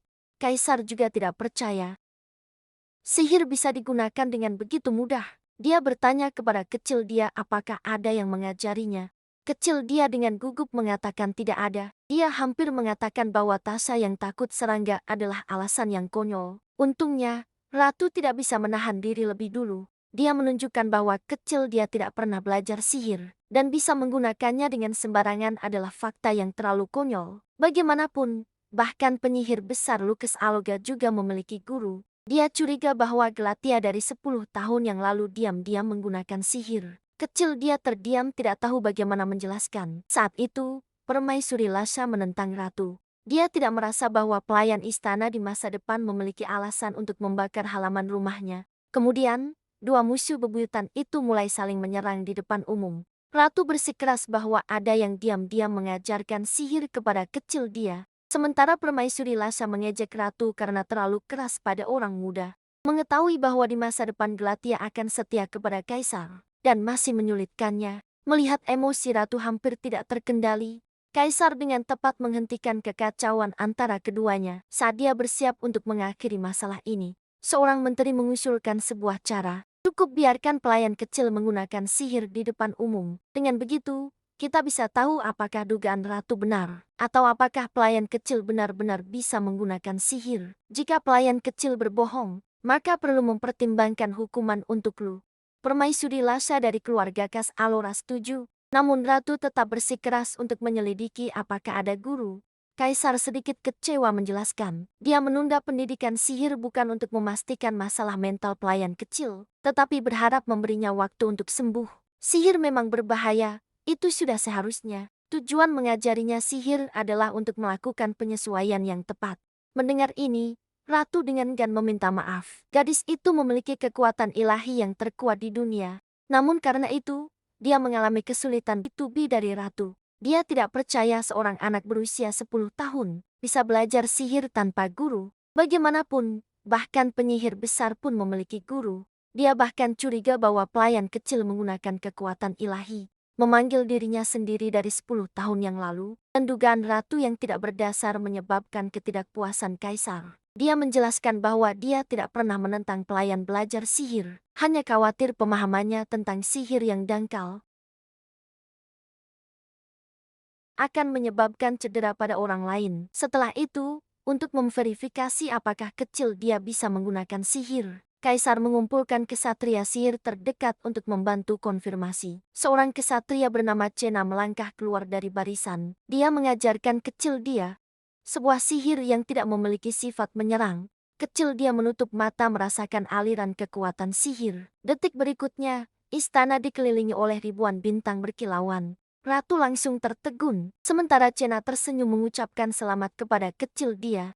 Untuk pertama kalinya bisa menggunakan sihir yang begitu indah. Setelah membuktikan bahwa kecil dia bisa menggunakan sihir, Kaisar kembali menuduh Ratu terlalu keras pada anak-anak, terutama sangat keras pada pangeran kedua. Begitu suaranya selesai, Ratu dengan panik ingin menjelaskan. Namun, Kaisar tidak ingin mendengarkan pembelaannya. Dia berjanji kepada Du bahwa dia akan membiarkan pelayan kecil belajar sihir dan memilih guru yang sesuai dari kesatria sihir. Kemudian dia mengumumkan untuk mengakhiri pertemuan. Hanya Du yang perlu tinggal untuk berbicara dengannya.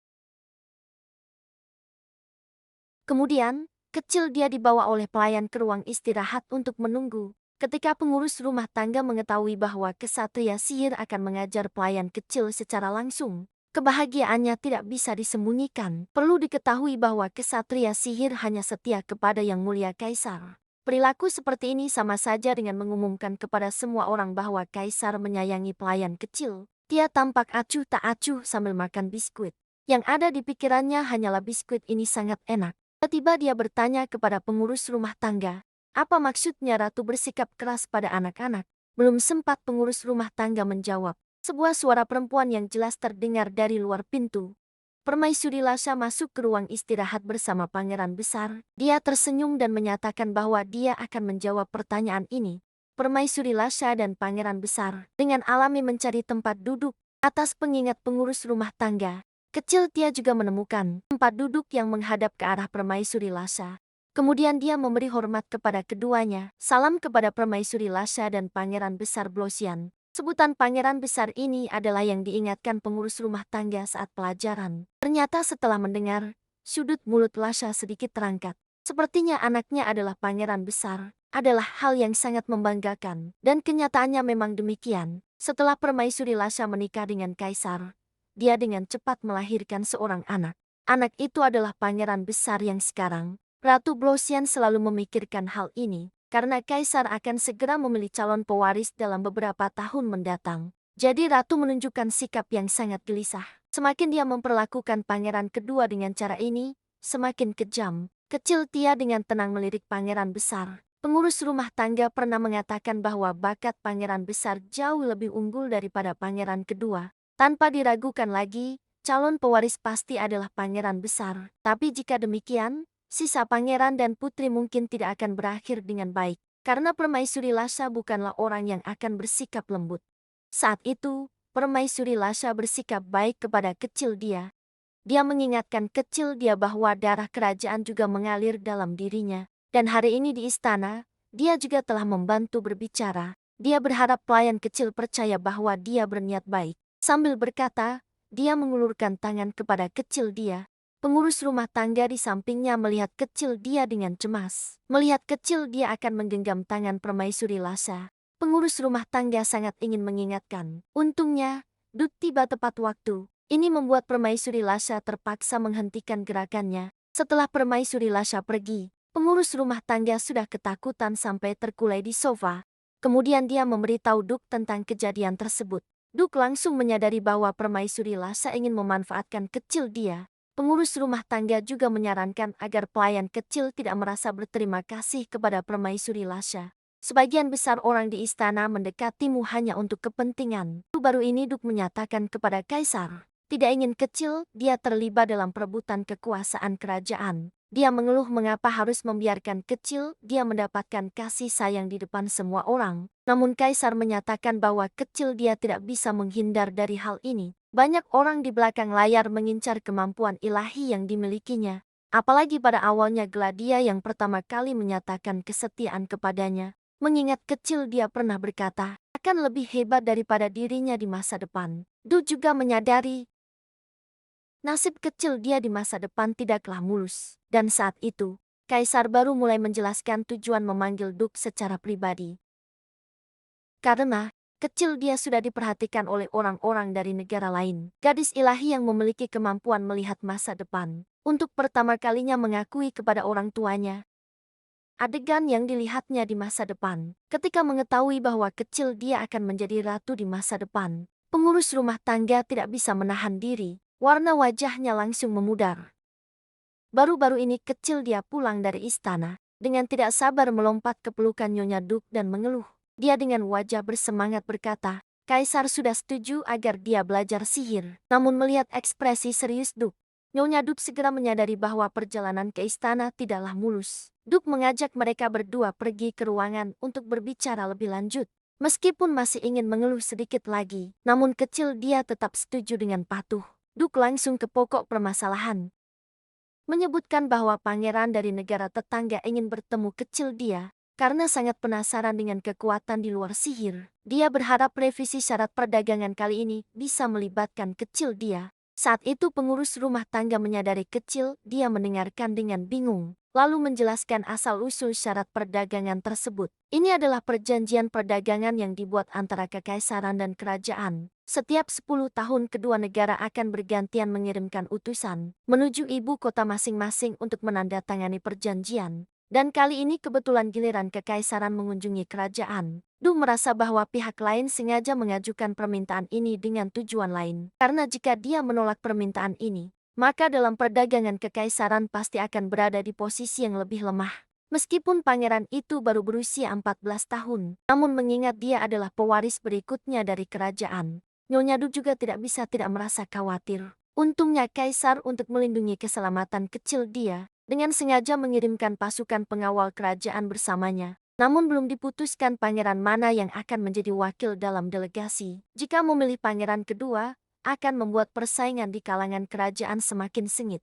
Dan jika memilih pangeran pertama, itu akan semakin menegaskan posisinya saat ini. Namun semua ini tidak penting bagi keluarga Duk. Selama kecil dia bisa aman, itu sudah cukup. Saat itu kecil dia menyebutkan. Di istana, Tante Sana pernah membantunya. Ketika semua orang berdebat dengan keras, dia mengusulkan cara yang paling menguntungkan bagi kecil dia. Nyonya Duk baru ingat. Beberapa waktu lalu, Sana juga bertanya padanya. Apakah kecil dia benar-benar bisa menggunakan sihir? Jelas dia sudah memprediksi. Ratu dan Permaisuri Lhasa akan bertengkar karena ini. Jadi Nyonya Du bersiap untuk pergi sebelum delegasi berangkat. Untuk mengucapkan terima kasih setelah percakapan selesai, pengurus rumah tangga segera mulai mengajar kecil dia. Karena setiap pemegang kekuasaan ilahi memiliki kekuatan yang jadi pengurus rumah tangga ingin kecil dia memahami kemampuannya dengan baik. Bagaimanapun, kerajaan memiliki banyak penyihir yang sangat kuat. Jika terjadi masalah, mungkin bahkan Gladia 10 tahun ke depan pun tidak bisa menyelesaikannya. Kecil dia tidak mengerti mengapa hal ini bisa terjadi. Seharusnya kerajaan dan kekaisaran adalah dua negara yang bersahabat. Pemikiran naif ini segera dibantah oleh pengurus rumah tangga. Karena pelayan kecil yang bisa melihat masa depan terlalu kuat, mungkin pihak lain akan mengambil risiko berperang dengan kekaisaran untuk menguasainya. Melihat kecil dia sedikit ketakutan, pengurus rumah tangga segera menenangkan bahwa dia terlalu memikirkan hal ini. Dia dengan tajam menganalisis keadaan kecil dia saat mempersiapkan penggunaan kekuasaan ilahi untuk pertama kalinya. Namun kecil dia berkata bahwa itu adalah yang kedua. Sebelum datang ke rumah ini seminggu yang lalu, dia juga pernah menggunakan kekuasaan ilahi. Mendengar ini, pengurus rumah tangga langsung terkejut. Tanggal ini kebetulan cocok dengan waktu kemunculan wanita misterius itu. Namun, kata kecil, dia berikutnya lebih mengejutkan. Dia menyatakan bahwa saat pertama kali menggunakan kekuasaan ilahi, dia tidak datang 10 tahun ke depan, melainkan saat dia menikah. Mendengar itu, pengurus rumah tangga langsung terkejut. Dia dengan gemetar bertanya kepada kecil dia siapa bajingan itu. Kecil dia tidak tahu apakah apa yang dia katakan akan mengubah masa depan. Tapi dia juga tidak ingin menyembunyikan apapun dari keluarganya. Jadi dia menceritakan semua yang dia lihat kepada pengurus rumah tangga. Ketika mendengar bahwa kecil dia akan menjadi Ratu Tasa di masa depan, agak sulit dipercaya, dan pengurus rumah tangga segera berlari keluar dari ruangan. Tak lama kemudian, Duk dan Duchess yang mendengar kabar itu datang bersama. Mereka ingin tahu apa yang sebenarnya terjadi pada kecil dia di masa depan. Saat ini, pengurus rumah tangga sudah menebak kebenaran tentang kemampuan kecil dia. Data sebelumnya menunjukkan kemampuan apa saja yang dimiliki oleh seorang yang serba bisa, tergantung pada keinginan mereka. Misalnya, seorang yang serba bisa yang dapat menghentikan waktu. Pertama kali menunjukkan kemampuannya adalah pada hari ayahnya meninggal. Seorang yang serba bisa dengan kemampuan penyembuhan, biasanya memiliki seorang kerabat yang sakit parah di sampingnya. Dan kecil dia mungkin karena telah lama mengalami penyiksaan yang kejam. Jadi kemampuan serba bisanya membawanya ke masa depan terbahagianya. Duchess melirik kecil dia yang malu di sampingnya. Dengan lembut mengelus kepala kecil dia. Memastikan apakah apa yang dia lihat saat itu adalah masa depan yang bahagia. Kecil dia tanpa ragu menjawab. Saat itu, baik ayah maupun ibu dan kakak-kakaknya semua mengatakan sangat mencintainya. Duchess mendengar itu dengan wajah penuh kasih sayang. Apakah ini alasan kecil dia datang ke sini? Keluarga akhirnya menyadari kebenaran tentang kemampuan kecil dia, karena nasib tragis yang telah menderita penyiksaan di masa lalu. Keinginan terbesar kecil dia adalah bisa melihat masa depan yang bahagia. Jadi kemampuan serba bisanya menjadi sangat istimewa. Dapat bertukar waktu dengan dirinya 10 tahun ke depan. Setelah itu, kecil dia berusaha untuk menjadi lebih kuat. Setiap pagi berlari pagi dan berolahraga bersama pengurus rumah tangga. Meskipun bagi kecil dia yang berusia 10 tahun itu agak berat, tapi dia tetap berusaha sekuat tenaga untuk bertahan. Setelah berolahraga, kecil dia minum air dengan rakus, dan pengurus rumah tangga memberitahunya bahwa di sore hari, Dacis akan membawanya untuk bertemu Sana. Terdengar, Sana adalah ibu dari Pangeran Delapan. Namun kecil dia tidak terlalu mengingat Pangeran Delapan. Bagaimanapun, beberapa kali masuk istana, Pangeran Burosiang yang lebih besar jauh lebih menarik perhatian. Menyebutkan pangeran, wajah pengurus rumah tangga tiba-tiba menjadi suram. Tuan Gladia, jika di masa depan dia adalah ratu, apakah pangeran yang berbeda usia itu mencuri kecil dia darinya? Begitu memikirkan ini, pengurus rumah tangga sedikit kehilangan kendali emosi. Saat pengurus rumah tangga sedang gila, kecil dia berjalan-jalan sendirian di halaman. Tiba-tiba melihat kakak laki-laki dan perempuan tidak jauh dari situ. Kecil dia berlari dengan gembira dan menyapa keduanya. Sangat bertolak belakang dengan semangat kecil dia. Diana menunjukkan wajah jijik saat melihat orang yang datang. Akhirnya dia langsung berbalik dan pergi. Terus melihat kecil dia dengan rasa penyesalan. Kemudian mengejar Diana. Meninggalkan kecil dia berdiri sendirian dengan perasaan tertekan. Pengurus rumah tangga datang dan kebetulan menyaksikan seluruh proses. Dia menghibur kecil dia bahwa semuanya akan baik-baik saja. Bagaimanapun, Diana di masa depan sudah berjanji untuk bertemu Anda. Mendengar ini, kecil dia kembali bersemangat dan memulihkan semangat juangnya. Berbalik dan terjun ke putaran latihan yang baru. Namun melihat cara kecil dia berlari, pengurus rumah tangga tahu bahwa dia belum sepenuhnya melepaskan perasaannya, hanya berpura sangat kuat. Di sore hari, Dacis membawa kecil dia menuju istana. Dia menyatakan bahwa kali ini mungkin akan bertemu Pangeran Delapan. Kebetulan kecil dia seumuran dengannya, mungkin akan menjadi teman. Dengan cepat kereta mencapai tujuan. Namun yang turun dari kereta adalah Gladia 10 tahun ke depan. Semua pengawal dan pelayan yang hadir terkejut. Pelayan pribadi Sana, Rachel, dengan hati-hati bertanya, "Permisi, apakah saya harus memanggil Anda yang mulia?" Gladia dengan senang hati menerima. Kemudian keduanya dibawa masuk ke ruang istirahat. Saat melihat Gladia, wajah Sana penuh dengan kejutan. Setelah saling menyapa, Gladia dengan canggung menjelaskan, kecil dia sekarang belum bisa mengontrol penggunaan kekuatannya dengan baik. Jadi sesekali dia akan dipanggil. Sana baru saja ingin mengundang keduanya untuk duduk. Tiba-tiba teringat bahwa dia melupakan putra kesayangannya. Memperkenalkan Naisirit kepada Dacis dan Gladia.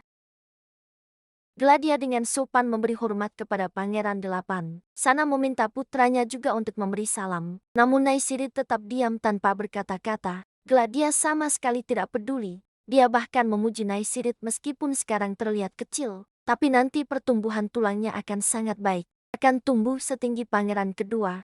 Ini tentu saja merupakan kabar baik bagi Sana. Karena Naisirit lebih pendek dari teman sebayanya. Dia selalu sangat khawatir. Sambil berbicara, dia mengundang beberapa orang untuk duduk di halaman. Dan Gladia juga dengan cara yang halus berusaha mengungkapkan informasi tentang masa depan. Ketika Sana berbicara tentang harapannya agar putranya bisa memiliki lebih banyak teman, Gladia terlihat agak canggung. Melihat reaksi ini, Sana terpaksa menerima kenyataan. Setelah itu, Dacis dan Sana berbagi pengalaman tentang pengasuhan anak. Sementara Gladia mulai bercanda tentang Naisirit. Anda tahu betapa kecil dan lucunya Anda sekarang. Akhirnya bereaksi mendengar kata-kata itu. Gladia segera mengulurkan tangan kanannya untuk menunjukkan telapak tangannya. Jejak kuku di sana mencerminkan kemarahannya saat bekerja malam. Ini adalah bukti ketidakpuasan bawahannya yang tidak berkuasa setiap malam. Naisirit tidak mengerti apa yang dikatakan wanita ini. Namun ketika mendengar Gladia mengejeknya yang lemah bukan tandingannya, tatapan Naisirit seketika menjadi garang. Dia baru saja ingin mencari masalah dengan Gladia. Detik berikutnya, tubuh lawannya bersinar dengan cahaya emas. Dia dan Gladia masing-masing kembali ke waktu mereka sendiri. Dacis bertanya kemana kecil dia pergi. Kecil dia dengan antusias mengatakan bahwa dia telah makan banyak makanan manis. Dia tidak tahu di mana dirinya berada. Hanya ingat ada seseorang bernama Rachel yang sangat baik padanya, bahkan menyiapkan banyak makanan untuknya. Setelah itu, beberapa orang menatap pelayan yang tidak jauh dari sana. Rachel, dengan gugup melambaikan tangan, menyatakan bahwa dia tidak tahu apa-apa. Kecil dia masih menikmati makanan manis yang baru saja dimakannya. Saat dia mengangkat kepala, dia melihat seorang anak laki-laki yang marah menatapnya. Meskipun di mata Gladia, Naisirid sama sekali tidak mengancam, tetapi kecil dia sangat ketakutan oleh tatapan lawannya. Dalam perjalanan pulang, Dacis mengingatkan agar tidak lagi membicarakan hal-hal tentang masa depan. Kecil dia mengatakan bahwa dia baik-baik saja, tetapi Dacis tetap khawatir dia akan terluka. Dia sangat berharap dunia kecil dia selalu dipenuhi dengan hal-hal baik. Namun sifat seperti ini mungkin akan dimanfaatkan oleh orang-orang yang berniat jahat. Saat itu Dacis bertanya lagi, bagaimana hubungan dengan Pangeran Delapan? Tatapan garang dari lawan seketika muncul dalam benaknya. Kecil dia dengan takut mengatakan bahwa dia seharusnya dibenci.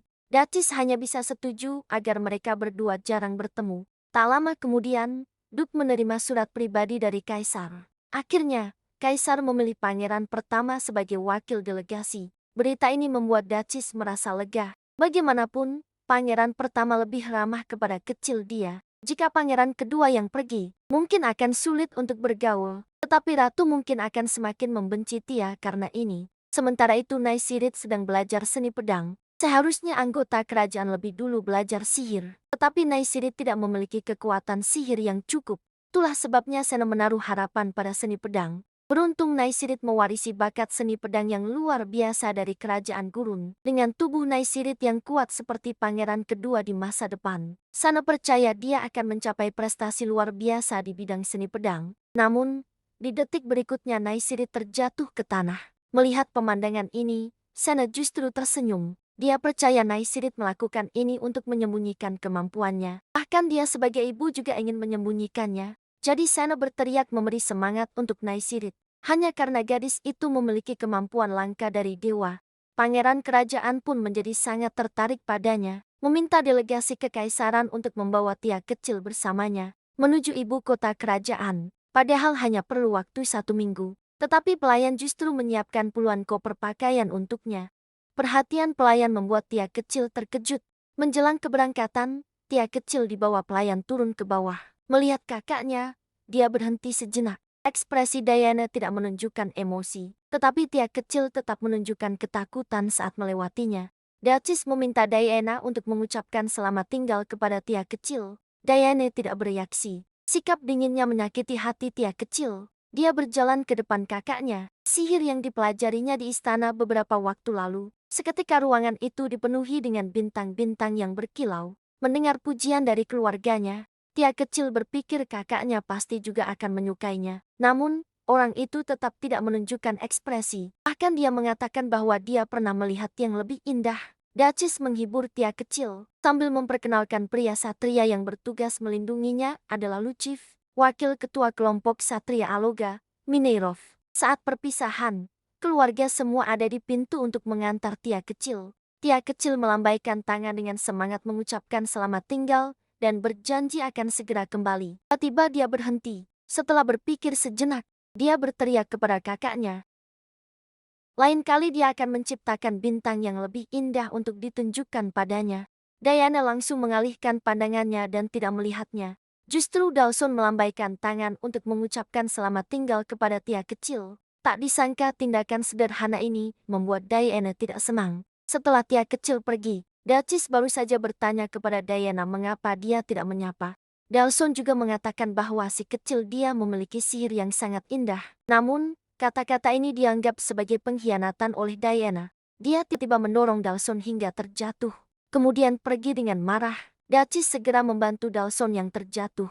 Mengucapkan terima kasih karena dia tidak membenci Gladia. Dawson menyatakan bahwa meskipun dia juga membenci orang yang dibenci Diana, Gladia berbeda. Diana pernah mengatakan bahwa dia ingin memiliki seorang adik perempuan. Jadi dia percaya bahwa Diana tidak benar-benar membenci si kecil dia. Sementara itu, si kecil dia tiba di istana. Setelah turun dari kereta, dia menemukan bahwa satria wanita yang sama ada di sini. Melihat si kecil dia terkejut.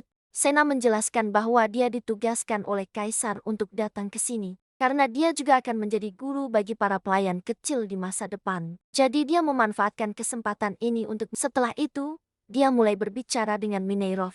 Ketika menyadari tatapan si kecil dia, Mineirov baru menyadari, memperkenalkan bahwa si kecil dia adalah adik perempuannya. Saat itu, kereta misi sudah mulai berangkat satu persatu. Si kecil dia diundang oleh si kecil dia untuk naik kereta bersamanya. Kaisar di istana mengamati misi yang perlahan menjauh. Marquis Marcel di belakang merasa bingung. Mengapa Yang Mulia begitu menyayangi pelayan? Tindakan mengirimkan kelompok satria sihir untuk melindungi Lucas mungkin akan menuai kritik. Ternyata karena ada kekuatan ilahi yang mengalir dalam tubuh Kaisar. Jadi dia memiliki intuisi tajam yang melebihi manusia biasa.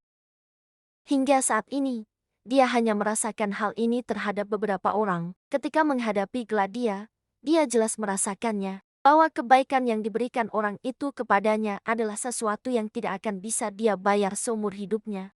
Oleh karena itu, dia berpikir untuk melakukan sesuatu untuk si kecil dia lebih awal. Jika ada yang berani mengganggu si kecil dia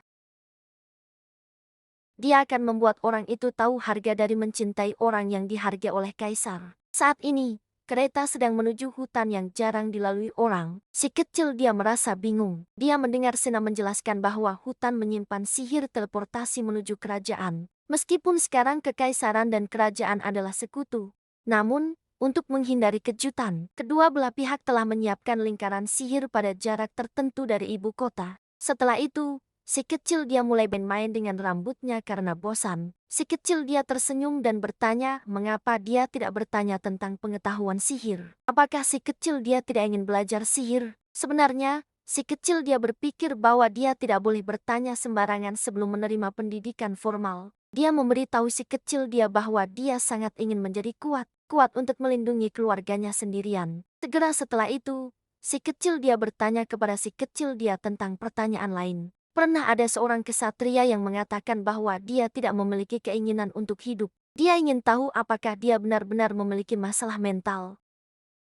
Hal ini sudah didengar oleh Ciena sebelumnya. Dia juga penasaran mengapa pelayan kecil itu tidak berjuang setelah jatuh ke air. Diana menjelaskan karena dia merasa para kesatria akan datang menyelamatkannya. Di dalam hatinya, kesatria adalah orang yang sangat hebat.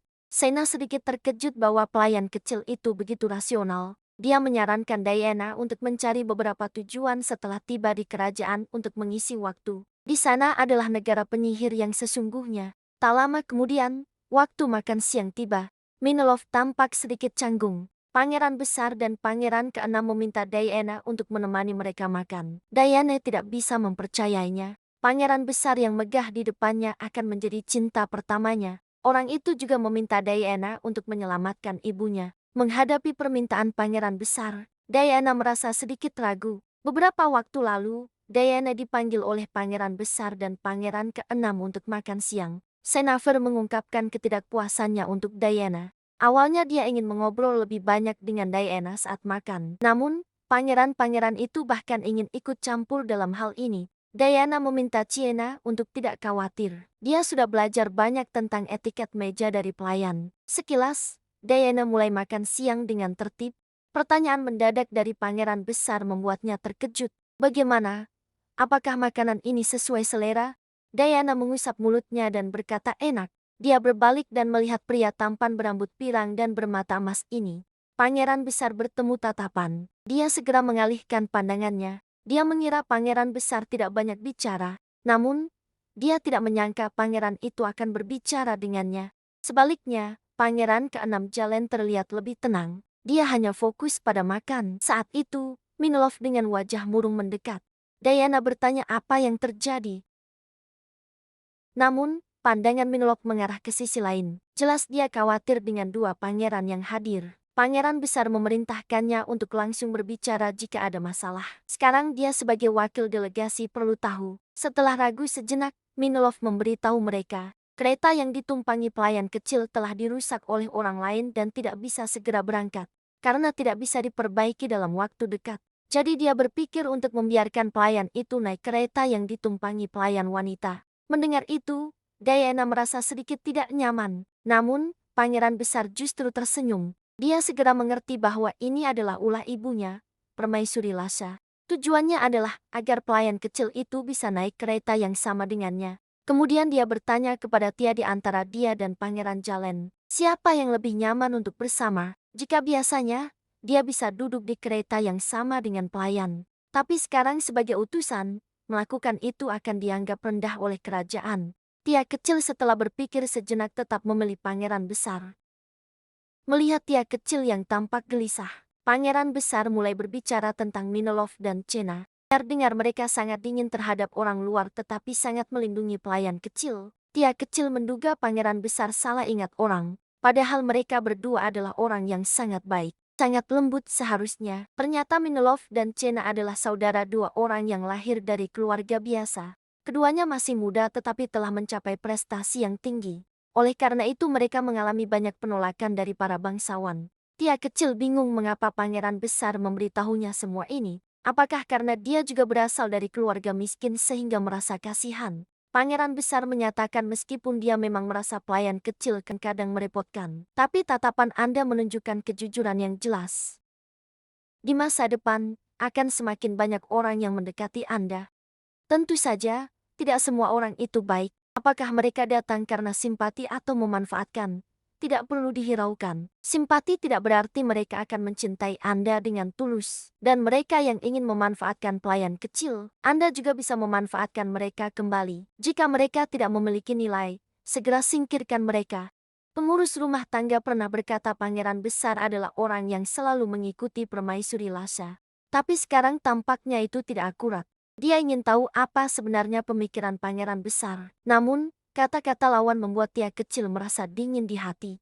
Pangeran besar dengan tegas mengatakan pelayan kecil di depan permaisuri Lhasa terlalu mencolok.